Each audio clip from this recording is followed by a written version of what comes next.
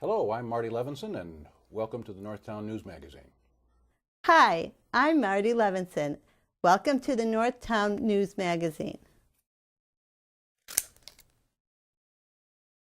Hi, I'm Marty Levinson. Welcome to the Northtown News Magazine show with the greatest cameraman around, Sonny Hirsch, and your host, Avi Myers. Thank you, Marty. Avi Myers, Northtown Neighborhood News Magazine, a presentation of Sonny Hirsch and myself. Dial us up on the web at ntnm.org. About 1,000 videos online. You can go to ntnm.org and check them out. 1,000 different interviews, rather. Community policing, we want to congratulate the new commander of the 24th District, Roberto Nieves. We want to wish Thomas Waldera well in his new post as head of narcotics for the city of Chicago. We lost Michael Strom. Michael Strom's alive and well, but he's working for Judge Timothy Evans now. So he's not in a position to discuss judicial stuff. So we're assigning double duty right now to my next guest, Chicago's favorite judicial blogger, Chicago's probably only judicial blogger. Which makes it easier. It definitely makes it easier, but believe me, he's got a following, and people really, really read his stuff. And the blog is called For What It's Worth, the old Buffalo Springfield song. And I'd like to reintroduce you to Jack Leyhane. How you doing? Avi, thanks for having me on. First of all, pleasure as always. And why don't you enlighten us about what's going on in judicial land? All right, well, here we are. We're in June when this is going to air, and June of 2015, and already we're thinking about 2016. In fact, if people who are watching this show are thinking about running for judge, it's almost already too late. Wow. Because people are lining up their support. People have been meeting with committeemen. They're doing all the things that they can do to get slated or to get to build support. There's fundraisers that have already started. I'm going to have there'll be posts up on my blog about fundraisers as they come along. So already 2016 has begun. We haven't even gotten over the commercials yet from the mayoral, and here we go. This does not make me popular at home when I mention these things too, by the way. But anyway, so we have the 2016 campaign going on. We also are in the middle of a process right now on the judicial side where we are appointing associate judges. Now, a lot of times people are confused by circuit judges and associate judges, and they don't understand the difference. And for example, I've applied for associate judge myself like 10 times. Not something I like to admit, but it's true. And there are 283 other people who've applied in this current round. Michael Strom is one of them, as a matter of fact. There's also 15 current judges who have applied for associate judge, wow, including every single judge who's been appointed by the Illinois Supreme Court to a countywide vacancy. And the reason for this is the associate judges are elected by the sitting circuit judges in their circuit, so in Cook County. And so these are, if you want to talk about merit selection, this is the original merit selection in the sense that, at least in theory, you have a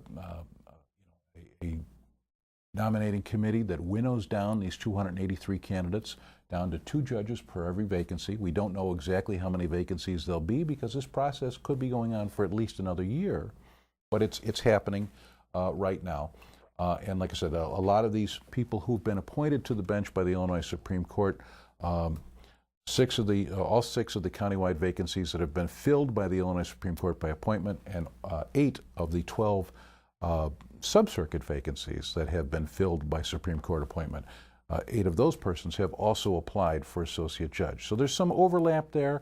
The bar associations are very busy right now evaluating those 283 people. They are always looking for new recruits. So if we have any lawyers out there who are watching and they're thinking about, maybe in 2020 or 2022 I might want to run for judge, this would be a good way for somebody who's a little bit younger and thinking about possibly a career in judicial service to get involved in the process early on and go to your bar association, go to the Chicago Bar, go to the Illinois State Bar, go to every bar association, all the Alliance of Bar Associations, the Lesbian and Gay Bar Association, the Hispanic Bar Associations. There's a ton of them.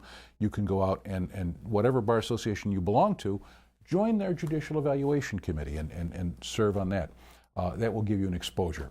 So anyway, so we have that process going on. Then as we start to get people declaring for judge, the bar associations are going to start looking at them saying, why don't you come on in here and get your papers in order. And of course the papers are, it's a process for filing for judge. You have to be evaluated, and there's a lot of stuff that they have to look at. Basically it's a very good examination of conscience, as the old priest used to say.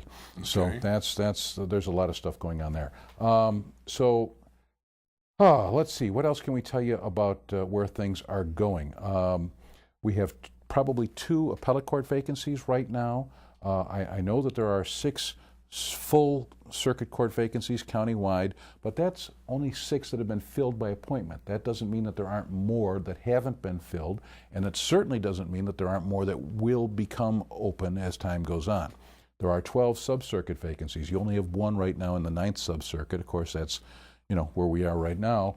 That's the Berman vacancy, and Judge Jerry Esrick was reappointed by the Illinois Supreme Court to that vacancy. He's been given another chance to win election in his own right to that seat, and I would, put money on him being a candidate, and a very strong candidate, in the 2016 primary. There's 2 vacancies in the 1st sub-circuit, which didn't have any vacancies last time. There's 2 vacancies in the 5th sub-circuit, didn't have any vacancies last time. Those are both on the south side. So we have, as you know, there's 15 sub-circuits, and there are people, different vacancies occur at different times, and we don't always have somebody running in every single sub-circuit, okay? One of the things that I do on my blog is I try and collect all the information about anybody who wants to run for judge, whether they're running as a Democrat, whether they're running as a Republican, whether they're running as an independent, which is not advisable, by the way. But if you were to run for judge, certainly, I would want to see your information. I would certainly be putting that information up. This is strictly a nonpartisan enterprise. Where we try and get information from as many people as possible and put out as much as we can, just so that people can be as aware as possible of who's running and why they're running and what kind of people are asking to sit in judgment in their cases. Let's see, what else can I tell you real quick? Are there vacancies in 8, 10, 12, and 13? Right now, 8, 10, and 8 and 13, no. 13 is the far northwest suburban sub-circuit, which is pretty much solid Republican. That's about the only one that's reliably Republican at this point. There is one in 12, which did elect a Republican, as you know. Right.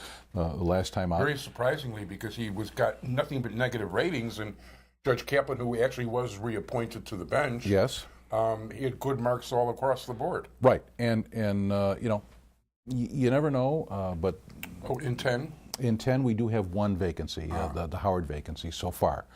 And I can think of probably 3 or 4 candidates. So, okay.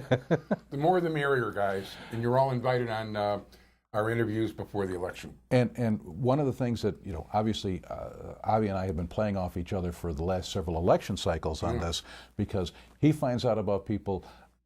That gives me insight into people. I put up the interviews on the blog.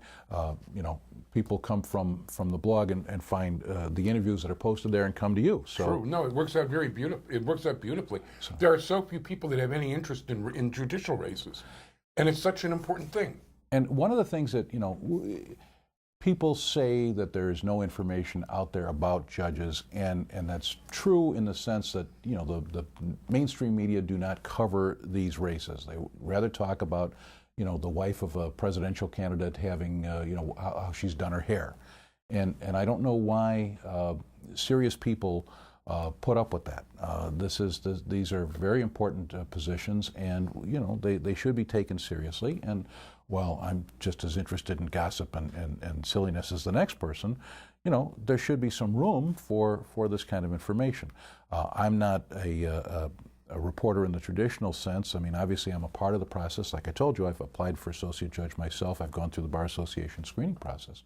So I'm not exactly, I don't have that journalistic independence necessarily, because, but I try to be You do succeed in being as fair as you can, that's for sure. And you do provide a lot of insight and information that really ordinarily isn't available. And at this point, one last sentence. Nothing else. Just come visit my blog at leyhane.blogspot.com. Leyhane.blogspot.com is called. You can Google for what it's worth, but make sure you don't get the Buffalo Springfield song. You can mention Leyhane in there, and you'll see his name under the screen. I want to thank you very much for being here. And Getting as old as Buffalo Springfield now. Take care. Thank you, Avi.